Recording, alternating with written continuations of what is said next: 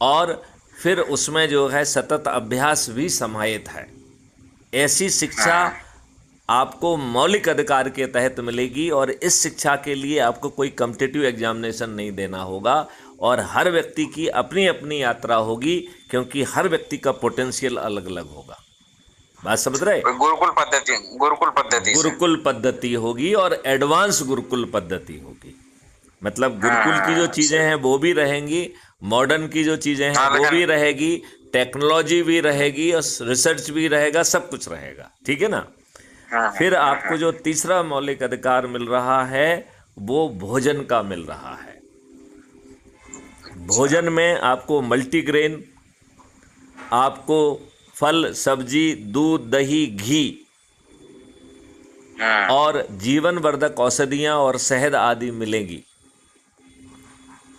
और अच्छा ये। ये सब चीज़ जो है आपकी आवश्यकता के अनुरूप मिलेगी। तो ये पर व्यक्ति इंटाइटलमेंट नहीं होगा। सिस्टम को मालूम होगा हाँ कि आशीष गहोई को क्या आवश्यकता है, आशीष गहोई हाँ की गतिविधियां क्या हैं, उन्हें कितनी सामग्री की आवश्यकता है, ये हर इंडिविजुअल की कैलकुलेट होगी और हर इंडिविजुअल को मिलेगी, और तब भी मिलेगी जबकि उसके खाते में पैसे नहीं होंगे। अच्छा और इस बात के लिए सरकार से पैसा नहीं आएगा, इसके लिए कोई फ्री भी नहीं है। तो आपके अच्छा। खाते में पैसा नहीं है, सरकार से आ नहीं रहा है, फ्री भी है भी नहीं, तो आपको मिलेगा तो फिर कैसे? आएगा कहाँ से? हाँ, आपको मिलेगा कैसे, आएगा कहाँ से, ये प्रश्न आपके जहन में जरूर उठ रहा होगा। उठ रहा है? हाँ हमने कहा भी है ना कि कहाँ से आएगा। हाँ। तो इसके लिए हर व्यक्ति को एक उसके अकाउंट के पीछे एक शैडो अकाउंट पैदा किया गया है, जिसका नाम कल्प वृक्ष अकाउंट दिया गया है।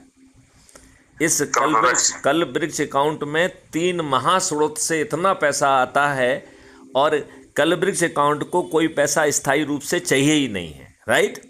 हाँ तो ये कल्प हाँ वृक्ष अकाउंट से आएगा। राइट?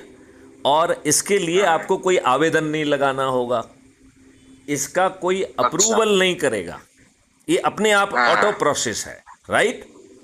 अच्छा। और अज्यूम करिए कि यदि आप नहीं दे पा रहे हैं तो ये कल्पवृक्ष अकाउंट बताएगा कि आशीष गहोई को बुलाइए, इनके पोटेंशियल को नापिए, इनका माइलस्टोन का ग्राफ बनाइए और इनको इनके पोटेंशियल की यात्रा में लगा दीजिए।